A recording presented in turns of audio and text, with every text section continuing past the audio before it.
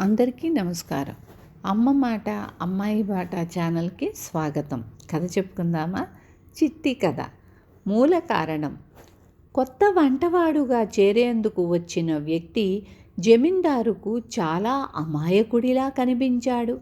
అతన్ని గురించి కొన్ని ఆరాలు తీశాక ఇంకా అనుమానం వదలక ఆయన, చాలా చోట్ల వంటవాడుగా ఉన్నానంటున్నావు, మరి అన్ని ఉద్యోగాలు ఎందుకు పోయినట్లు?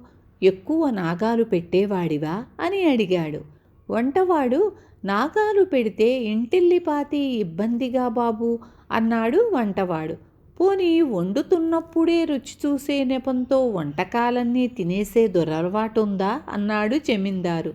వండుతూ ఎంతని తింటాను బాబు, ఇంట్లో వారంతా తినగా మిగిలింది నేనే కదా తినేది అన్నాడు వంటవాడు.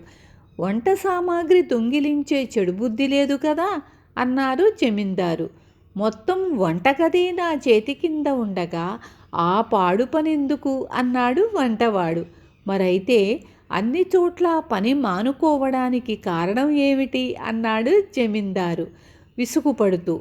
మతి స్థిమితం లేనివాణ్ణి కనుక అప్పుడప్పుడు వంటవాణ్ణన్న మాటే మరిచి తోటమాలి పనికి, గుర్రాలను మాలిష్ చేసేందుకు పోతూ ఉంటానని పనిలో నుంచి తీసేస్తుంటారు బాబు అన్నాడు వంటవాడు.